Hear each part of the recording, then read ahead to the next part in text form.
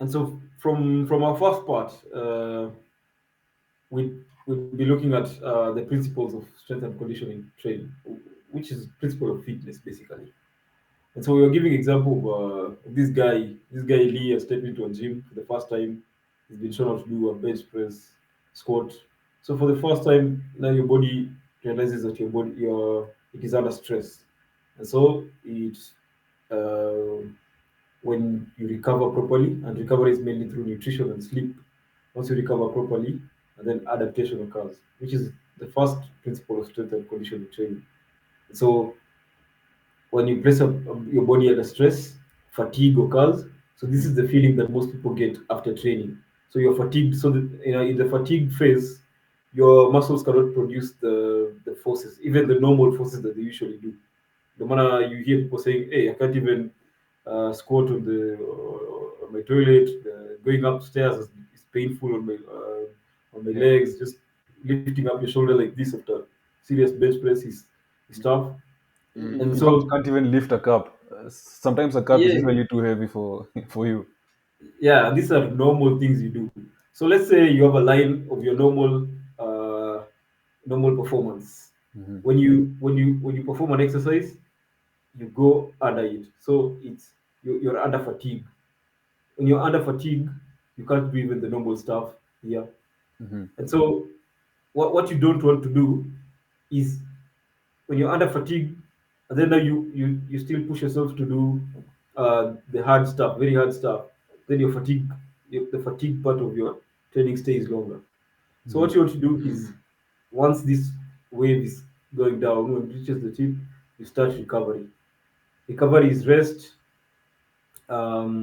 mainly through sleep and nutrition, which is what repairs your muscles from the muscle tears and the depletion of the stores in the muscle, stores and water. Hmm. So when we say recovery happens, and then what happens? You have overcompensation above the normal line. So on your line, you worked out. Let's say on Monday, you're fatigued. Tuesday, on Wednesday, you start recovery. On Thursday, then you're up again on Hmm. overcompensation. So now you're normal. Your new normal will move here. Okay. Yeah. And so that movement of the normal leads us to a second principle of strength and conditioning, which is called overload. Hmm. And so once Lee has been able to bench, let's say, 20 kgs on the bar for 10 repetitions or 8 repetitions. Ni kidogo man. He's a beginner. He's a beginner. Okay. And An then example. Abdulaziz. It's an Unaniona aje? example. It's beginner I, league. I know you're benching three figures, but let's not say. So once he's benched that, What is mentioned? uh, then for the next session, you have to overload. There must be some form of overload. And there are various ways you can do overload. One, Hmm. you either increase the amount of weight that you're doing. So if you're doing 10 kgs, you do 15 kgs or 12.5 kgs or 10.5 kgs, as long as there's an increase in that amount. Two, you increase the number of sets that you're doing.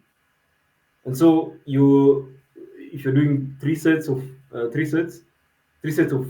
10 repetitions, then you go and do 4 sets of probably not 10 repetitions, but 8 repetitions. Hmm. And then the third one you can do is increase the number of repetitions. So if you're still doing 3 sets, then you make sure you add some extra repetitions. If it was 8 repetitions, now you do 10 repetitions. And now the last one that you can do is to increase the complexity of the movement. Hmm. So let's say if it's a push-up, if you're doing a push-up, normal push-up on the ground, then if you put your feet up, if you put your feet up on a raised surface, then you're doing a decline push-up. Then that increases the complexity of the movement. Or you can do a Spider-Man push-up where there's a split. No, alternating push-ups. You can do Spider-Man push-ups. If it's bench press, you can do narrow grip bench press. You can do Or wider. Hmm. wider. You can do incline bench press. Or even Those, decline. Mm. yeah. So it's all the same movement. If it's a squat, you do a lunge, or you do a split squat, or you do a Bulgarian, or you do a goblet squat. It's Mhm. the same movement, same basic movement of squatting, but then now you've added a complexity to it.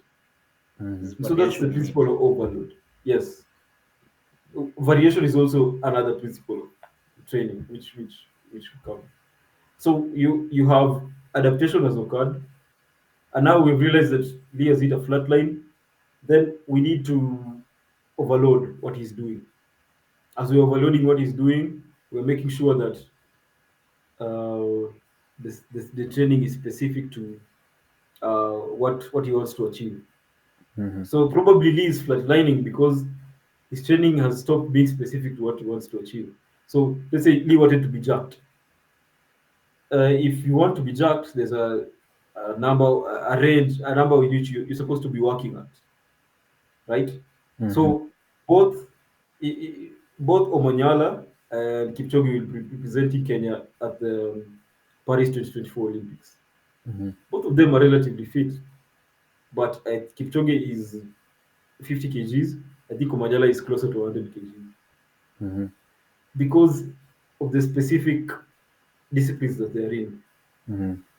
And so probably a normal person will be somewhere in between where Omanyala is and where Kipchoge is. Or yeah. And so you want to, if you want to be specific, as Gilbert said in part one, that there is set a goal. Mhm. Okay, my goal is this. My goal is I want to increase muscle size. Okay, this is your program for let's say a period of 4 weeks. First of all, you want to do a test. We for sports people or for the lay person, normal person, you want to be able to do some of this, but there are tests online which you can do. So let's say for upper body strength, you can do a push-up test, right? So you do a test, you saying, okay, I can do 20 push-ups. Mhm. That's your maximum. So what most people go and do is you now take that maximum, and that's what you do every day, which is wrong. Because Mhm. when if you're doing at maximum, then you're just um, pushing your body too hard, too early. And they always say early to ripen, early to rotten. Mhm. So you'll see immediate gains, but then down the line, you'll suffer from overtraining, which some people don't believe in, but it is an actual thing.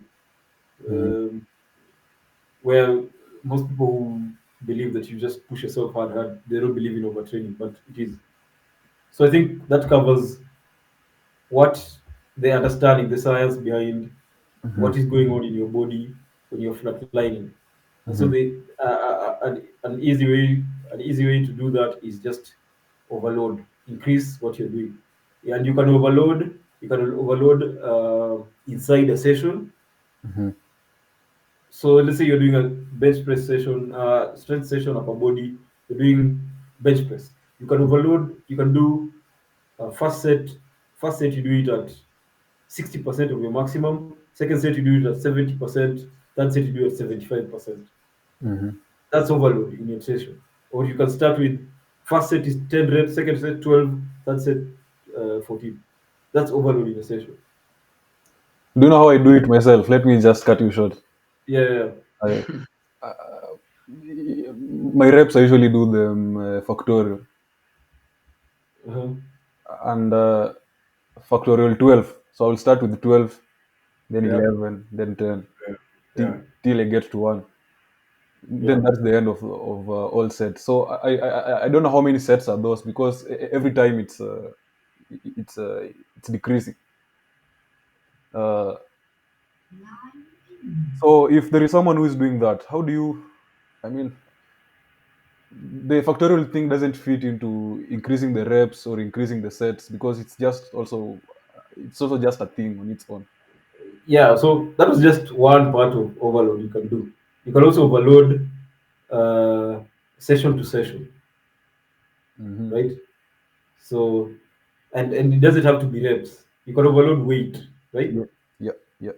So the best one actually for someone like you overload weight in that setting that you're doing. Hmm. So you start at 12 reps. You're doing more reps, so you use less weight. Mm-hmm. But by the time you're hitting your one rep, there's something we call one rep max. Mm. You should be doing the max you can do in one rep by the time you're hitting that last set of one. Your last set Mm. is one repetition. Yeah. Yes. So you start at whatever number you use. Mm-hmm. So you're starting at 20 kgs, 30, 40, 50, 60, 70, 80, 90, 100. By the time you're hitting, so that means you need to know your maximum so that you start Yeah. Yeah. from a, You start somewhere that yeah, by the yeah, time yeah. you'll be getting to one, You're just you hitting can one actually. and then now your one rep is like after that one you're done. You Yeah, can't you can't go beyond that. yeah, yeah.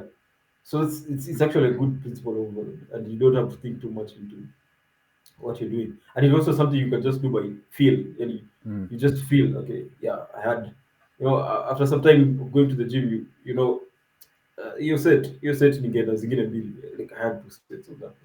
Mm. Ningenda tu zingine. Mm. You can feel it. Then kuna ingine I pushed myself very hard for that set. Kwa mwisho. Mm. Fika mwisho.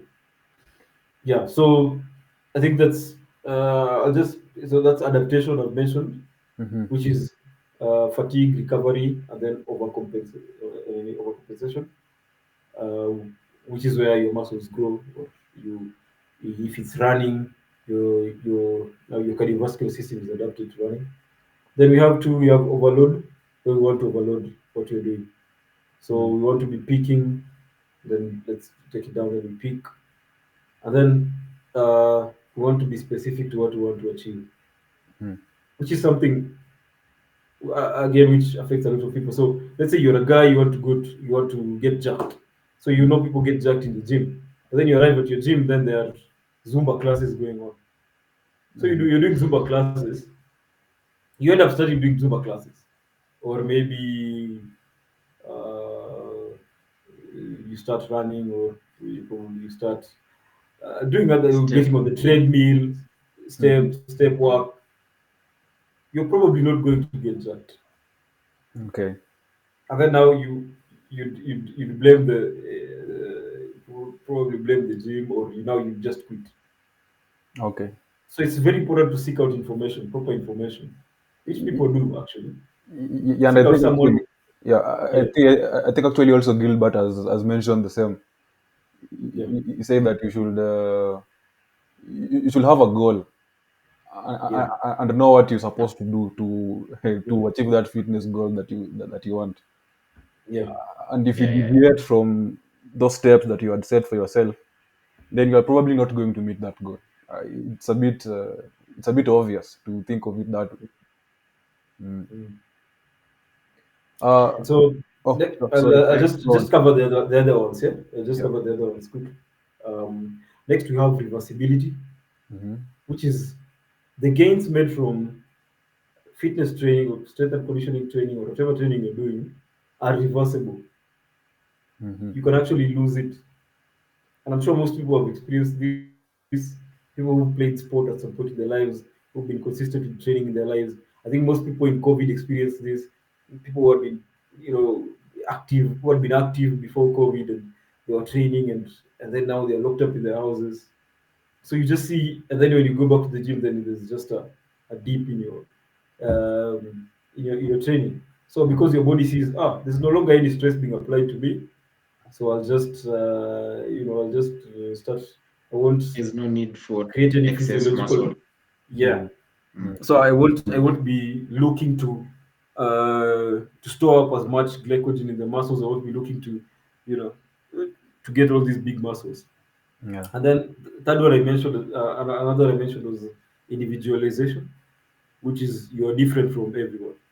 Hmm. Everyone is different, but some people use that as an excuse. But we're also kind of the same. Mm. Because they are, it's just genes. I can't ever reach really, that level of training. And for some people, it's true. It is. Some people are genetically gifted to grow muscle. Yeah, like the While guys some, around the western part and Nyanza region. yeah, I yeah, think their genes are what you're talking about. yeah, definitely. You like Mm. people are just they're just big. And even when you read the, I also like reading history. When you read historical colonial books, you see the description that are given of the different people around the country, Mm. and those people, I think they were called the Kavirondo. That Kavirondo area was called Kavirondo area. Mm-hmm.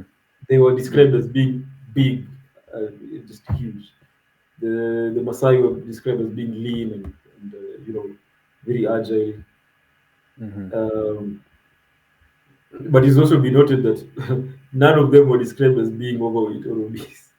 Yeah, So there was no they were obesity. all in relative physical, yeah, in proper physical shape. Mm. The obesity Yeah. is actually what I wanted us to talk about. We'll talk about it also. It is also something else that I Oh, wanted to ask. and just there's one last principle which is called variation. Mm-hmm. Yeah, so you need to be variating what you're doing. Adults are similar to children more than they admit. You get bored when you're doing the same thing every day. So you need to be constantly, changing from time to time. You change what you do. Mm-hmm. You explore other areas of fitness, and the best thing to do it is find other things which make you gain fitness. So for you find most of the times for ladies, it will be dance classes. If she does dance classes, then that helps her still love fitness. We want people to still love being fit, love Mm. activity. Yeah. So if you find something that, if it's hiking, if it's football in the evening, Sunday afternoon football, if Mm. it's touch rugby, if that's what you enjoy, then do it from time to time. Mm-hmm. Don't just, it's the grind. The grind takes a toll on people. Yeah. Mm. Yeah. Mm. Mm. So I think that's it. I think we'll cover the other three. I've covered mostly adaptation and overload. We'll cover the rest in another episode. Yeah. I'll just touch on them. I mean, the more you talk, I feel like you've got so much to say, and it's like you're limiting yourself. And Yeah, we will now we have to create another episode where we just go into the nitty gritty of what someone definitely. is actually supposed to do. Training principles. Yeah, Yeah. yeah, Definitely. yeah. So you've mentioned some things that I wanted to ask, but I didn't cut you short because I just wanted you to talk and Yeah. get it all out. You've mentioned rest. I wanted to ask you about you guys about rest. Don't worry, Gilbert. I'll also want you to answer the same question. No problem. You talked about nutrition and you talked about obesity. Obesity and nutrition, they are sort of in the similar category. We'll Yeah. talk about them and how they influence someone's fitness. Maybe, in my opinion, and I think most people can agree that obesity is not a good thing. It's actually a disease. It's an illness, Yeah. Mm. uh, and there should be more information out there on some sort of awareness. People should not be obese and something like that. And rest. First of all, let's start with rest. Before you go to nutrition, we'll talk about rest. But first of all, Gilbert, uh, Yeah. the question was mental. What was it? Mental. Mental strength. Yeah, yeah, Mm. the mental strength and the mental resilience to make you gain more after you have reached a certain flat line, to make you really push Mm. yourself and achieve what you need to achieve towards your fitness goals. Uh, you have these clients who usually come to the gym, and Yeah. everyone wants when they go to the gym they want to achieve something out of that activity because it's not free. It's like an investment. Mm. So people really need to achieve what they want to achieve after they pay for something. And so someone has reached this flat line. Let's say it's me. I've been coming to the gym for 3 4 months, and I'm not noticing any significant gains. and then I approach you and ask you, now what should I do? Because I'm always here. So there should be something else that I'm not that I've not probably done, or there's something maybe I'm doing wrong, or there's something more that I need to do. So how can you help me out if I'm that if I'm that victim? Yeah, so first of all, we have our trainers, Hmm. and we are glad to have Wanga as our key strength and conditioning like coach. Yes. Yeah, so most of the time he handles that, and I think he has explained the principles Yeah. very well. Hmm. But then in the gym, with regard to like when you're working out and you need someone to push you, need something to push you first, and I think this is always the goal, and this will always be the reason. One, you need to have a reason why you are there. Mm. If your heart is not there, then probably you won't have much will to do it in the first place. Hmm. So one, your heart needs to be in it. Then two, with regard to gains and yeah, especially with regard to gains and even losing weight, mm, we keep insisting on proper nutrition. Yeah, so you might be doing your reps, putting in the sets, like putting in the work, but then you go and fuel on carbohydrate, so you won't build your muscles. So you need also to talk to the nutritionist to know how much weight you need to gain, and then they'll calculate for you the amount of calories you need to consume, Hmm. especially in forms of protein, because we know proteins are bodybuilding like nutrients. Yeah. So getting the nutrition right is key. Then to first, as you mentioned, having a reason why you are there, your heart needs to be neat. Hmm. Then also it's the same thing we keep talking about. You need to have someone there pushing you. Hmm. Either it will be a trainer if it's group training, but then even the trainer cannot monitor, especially if it's a very large group, the trainer cannot monitor everyone. So you need to have someone there telling you to keep going, yeah, other than yourself. Hmm. Yeah. So that would be it in summary with regard to your mental strength and mental Yeah. fortitude. Yeah. I think Yeah. I think I think you. I also need to emphasize on this thing of you. It will be a bit difficult to do it alone. Use peer Yeah. pressure in a positive way. Find people Mm. whom you share the same goals with, and keep on pushing each other. Eventually, you will all reach Yeah. the same destination. So, And if you've been in a gym, like the common term people down here use is lightweight baby. So every time you'd be even at your maximum, and then someone's telling you lightweight, lightweight. So you will want to push, even yeah, if you feel tired. You won't want to let your peers down. So that is also a positive thing. Yeah. But for me, I'm not really a fan of lifting heavy weights. I like lifting light weights, but uh, more reps. I believe in more reps than more weight. So, coach, you have to bear with me there. But that's how I Yeah. usually my style. Even So it depends on what your goal is. Yeah. Okay. If you're probably very jacked. You are not probably, because that's a recipe is for hypertrophy, maximum hypertrophy. If you're doing uh, lightweight for many reps, Hmm. mine will actually be the slight opposite. I'd be Hmm. doing heavier weights for less reps. Okay. So it depends with the goal at the end of the day. Yeah. Okay. yeah.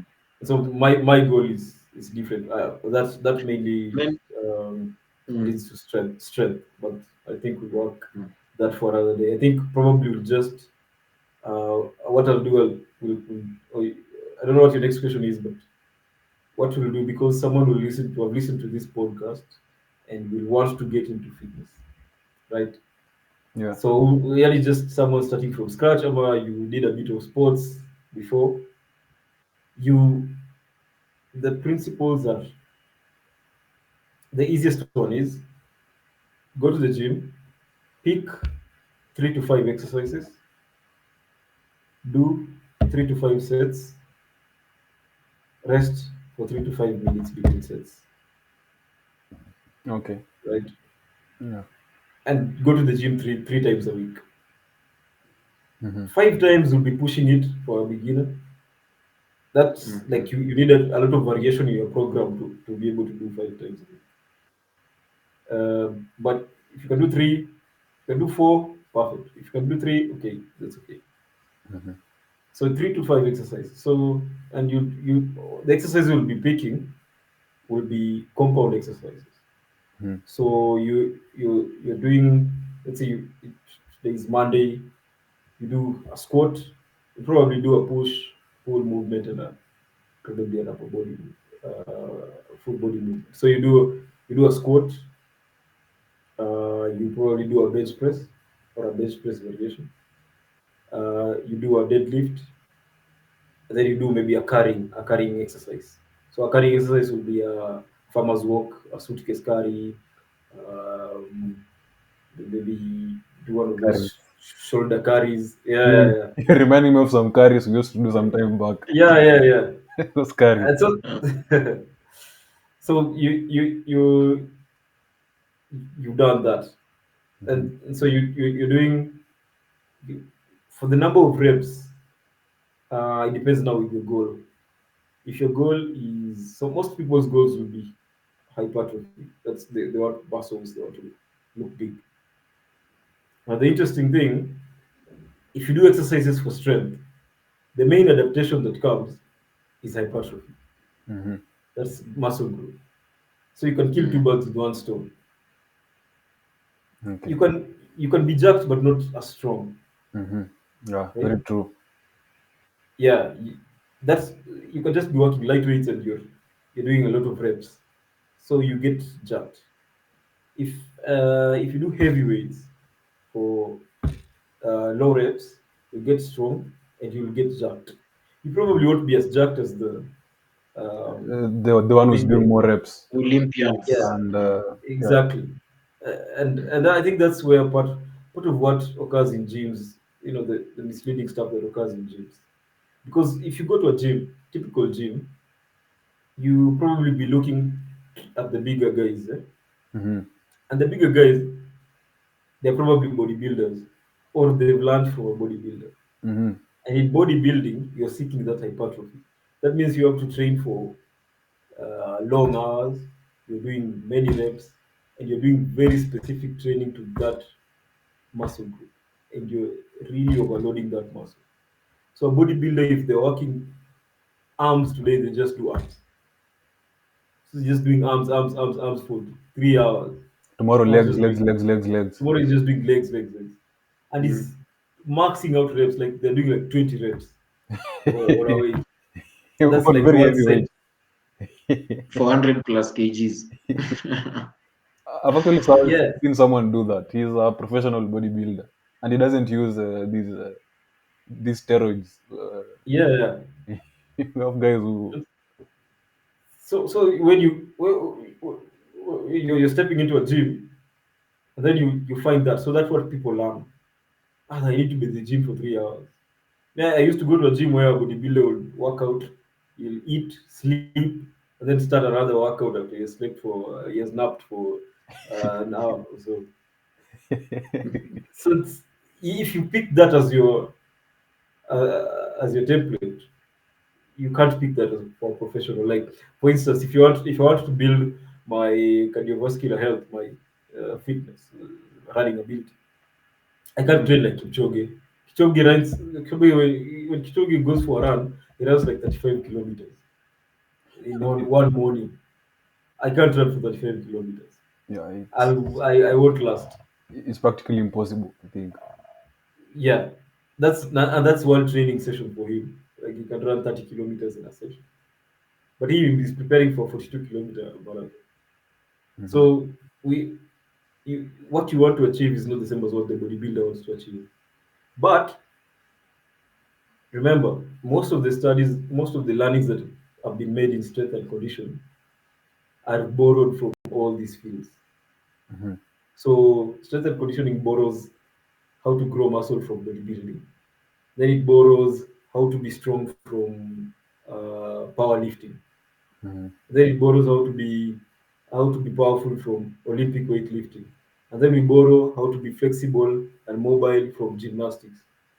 Then we Mhm. borrow how to be fit from athletics and ultra marathoners. Mhm. And then now we take all these things and then we now package it to what someone wants to achieve. Or we Mhm. package it for the general population. And Okay. so people shouldn't just pick a template from one thing. If you train like a bodybuilder, and then what will happen? You probably won't look like them because you're not recovering as much as them. You're not eating the same calories. You're not resting the same amount of time. Mhm. Actually, bodybuilders are actually very disciplined when it comes to rest and recovery.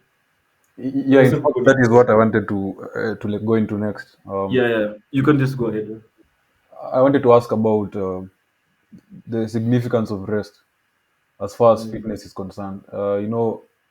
You can't just work out. There is always, in fact, growth takes place while you are resting. I think that is usually the yep. principle. Yep. Yeah. And there is also the role of nutrition. Your Yep. muscles won't just grow from from thin air. You Yep. need some form of nutrition, some bodybuilding foods probably, or more, Mm. for your muscles to grow and also recover. So, So what I is think I'll. the Mm, role of nutrition and rest? Let's just combine them because they are what okay. happen outside the gym, and they're Yep. equally as significant as the workout itself. Yep. Hmm. So we'll start from the general understanding of fitness. When people think jacked, they think six pack. Hmm. Yeah. So now there's a famous phrase among you know people who go to the gym in Kenya Gym to go bros. work out. Uh, abs watu husema abs zinatengenezwa kwa gym lakini zinaonekana jikoni. Yeah. So when people go to the gym and do ab workouts, then they are saying, "Hey, I'm not seeing any results," but then they have not fixed the nutrition bit. Mhm. So that's just an intro to that part that I wanted to say. Then I think Dr. Gilbert will cover nutrition and Yeah. physiological processes of that. I'll just cover the rest. Mhm. Yeah, that will be in order. So in some strength and Mm. conditioning circles, sleep is referred to as the only steroid you're allowed to use. It's literally like a super drug, and um, the the science around sleep. There's a great book called Why We Sleep Mhm. by I think it's Sam Walker, PhD, Doctor Harvard professor, and the benefits of sleep you know and it's not just it's quality sleep. It's not just quantity. So I coach high school kids, and I ask them, okay, when you go home, how long do you sleep? And the answer is, yeah, I sleep for 8 hours, I sleep for 9 hours, I sleep for 7 hours. Okay, but what time do you sleep? Mhm. So they're scrolling on TikTok, they're watching animes, they're watching series Till 3 until a.m. 3 a.m. And then someone sleeps from 3 a.m. They sleep their to 8 hours. to 11 to So they're 11 waking a.m. they're waking up at 11. And then Mm. that's and these are growing boys who need their sleep. Uh, and you should just check on. I think Gilbert will be more knowledgeable on this, but how long do how long infants sleep? Because they are the 18 hours. people 18 hours per day. You sleep like cats. Yeah, infants are yeah, infants are the fastest Uh, growing human beings that we know, and the sleep is one of the major things that they do. So your sleep is very important. So getting quality sleep, at least a rule that I picked this rule from our coach, rugby coach, in high school. His rule was always make sure the next day doesn't find you awake. So just make sure you sleep make sure you sleep before 12, 12 Mhm. at night. And then, and I'm sure that there are other factors. There are people who are working shift jobs where they have to work at night. There are people who have to do two jobs or have that have a side hustle. Mhm. So, y- you- considering all that, but when you can, at least the rule is get good sleep 80% of the nights in your life. So in a week, you want 5 or 6 out of 7 days you're getting proper sleep. That's 8 hours if you can, 7 hours. It's okay, depending on what you can get. Get the maximum you can get within your limits. Mhm. Get it at the right time, right? And then now you'll be able to see gains in what you achieve, and it increases other things. There's other effects on hormones, testosterone, especially, etc. Your digestion is also influenced by sleep, how much you're able to absorb nutrients, a lot of things. Yeah. Mhm. So it's the number one part of recovery. Before even you think about nutrition, before even you're telling me, oh, I'm on a what diet, I'm on a vegan diet, I'm on a what diet. How long are you sleeping? How often are you sleeping? How often are you getting good sleep? Yeah. Mm. I think that's it for me for now. Gilbert can Mhm. take us through. Dr. Gilbert can take us I through think I'll, uh, yeah, and for nutrition, especially with us guys, we don't advocate for supplements unless otherwise either you are getting electrolytes in your water, that is majorly sodium. There are sodium salts or potassium salts. Because for sportsmen, even for people working out in the gym, when you sweat, you're losing uh, essential electrolytes, especially as sodium and potassium in sweat. So one, either when you're taking in water, add a pinch of salt. There are two types of salts. We have the potassium and sodium, as I've said. So that would be one when trying to recover, so that you maintain your osmolality. Then two, with regard to food, I think we have a nutritionist who gives health talks at least once a month. That is just to inform guys and make them aware of the proper nutrition principles. So what he says is, uh, make sure you're fueling properly on proteins, and as we know, proteins bodybuilding. Carbs, make sure you take enough carbs. Don't take excess. And especially this era where you find processed food quite easily, Mhm. it's easy to overfeed on carbs. And actually, carbs are your number one enemy when you're looking at the long term. But in the short term, you can take simple carbs for for easy access of energy, especially as glucose. Then we have fat. You need fat. Majorly one, the functions of fat will be for men the production of testosterone, Mhm. because cholesterol, a key component of testosterone, is acquired from fat. So you need that. Given it's testosterone that will help you in the pushing and gaining of, of muscles. Then still on fat, they provide a protective layer around tissues and all that. So you need to fuel properly on fat. And we advocate for fat in the solid state, like fat and not the oils. Because when you go to oils, now we're going to processed. And we try and avoid processed food, including processed oils and seed oils at all costs, because then that will be promoting inflammation, and you don't want that, especially if you're someone looking to stay fit and healthy. Mhm. So our general principle with nutrition is eat whole, natural, and processed food. That is what we tell people every time. And if you think you need supplements, then you need to sit down with the nutritionist so that they can establish the need for you to get supplements. and what exact supplements and in what quantities do you need that. And then getting supplements for either quick gains or even the weight loss pills, there are no shortcuts. So what to tell people is, especially if you want to lose weight, we would calculate that. Say you're 75 kgs and you want to get to 70, we'll calculate how much of that is fat, and then 1 gram of fat will give you 7 calories. So if you multiply that, it's roughly 7,000 calories you have in excess. So you know that either in your diet you need a deficit of 7,000 calories over a given period of time, Mm-hmm. and in addition to that, in your workout routines, how much can you burn? And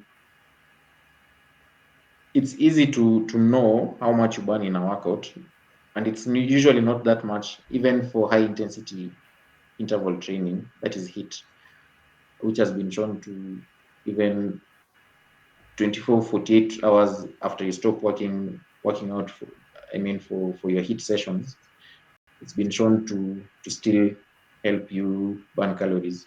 Even for HIIT, you'll find that the most amount of calories you can burn per session would be 250, 350 calories. And that is not much compared to the food you take, because even in one sitting you can take in excess of that. So it's really important to look at the basic principles of nutrition.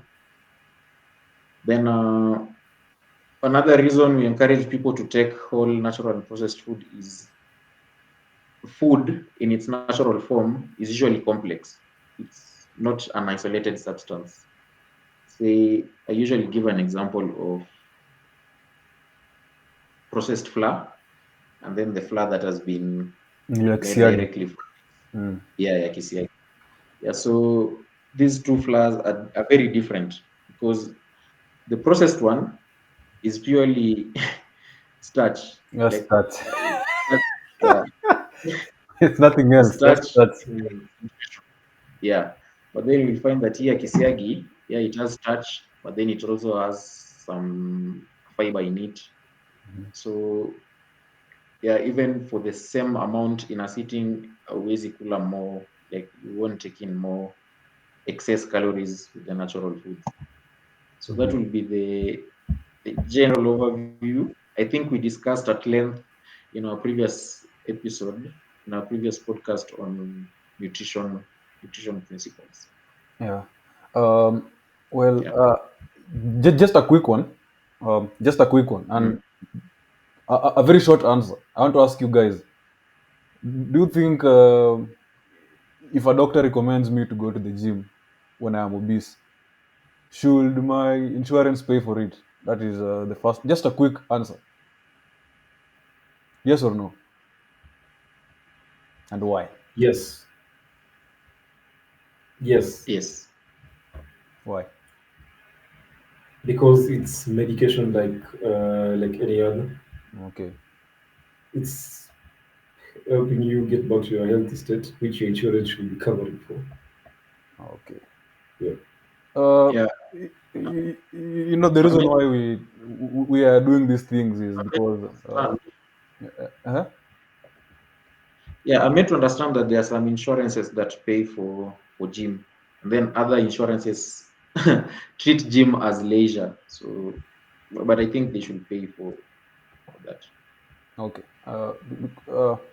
The reason why we have these kinds of discussions is because we can so that we can prevent some of these things that arise much later on in someone's life, where you could have saved all that money just by working out and being healthy. So when people listen to these conversations, you end up a better person because now you have the information that will help you out, so that when you are maybe 40, 50 years down the line, 50 years old, you will not spend your life savings on in the hospital trying to salvage what cannot be salvaged anymore. So This is just an Yeah, encouragement. prevention is better than cure. Yeah, exactly. So you need to implement some of these things into your daily practice. It's your health anyway, and your health is paramount. Uh, as a parting shot, there is always so much to talk about in in uh, in this topic of fitness. In fact, I'm sure we have not even exhausted everything that we need to say. We Mm. will plan for another session and discuss even more. So, thank you guys for joining. Thank you for listening to us, and we will see you the next one. Yeah. Yes. Thanks. Yeah. Thanks for the good session.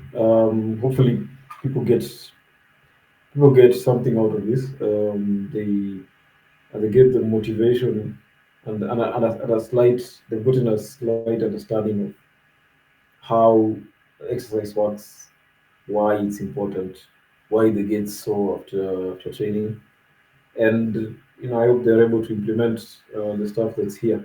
And as always, we say this is not final. This is not a should not be treated as medical advice, and it should be used with with the right levels of precaution. Mhm. Even though our intentions are always positive, and but each situation might be different. So it's always important to find someone who understands these things. Whether it's a strength coach, a strength and conditioning coach, or another kind of fitness coach, physical trainer, to help you go through these things. Yeah, and also read for yourself. Information is out there. Mm. Read on these things for yourself. Get a good understanding for it, and don't get pressured by the people posting stuff on social media.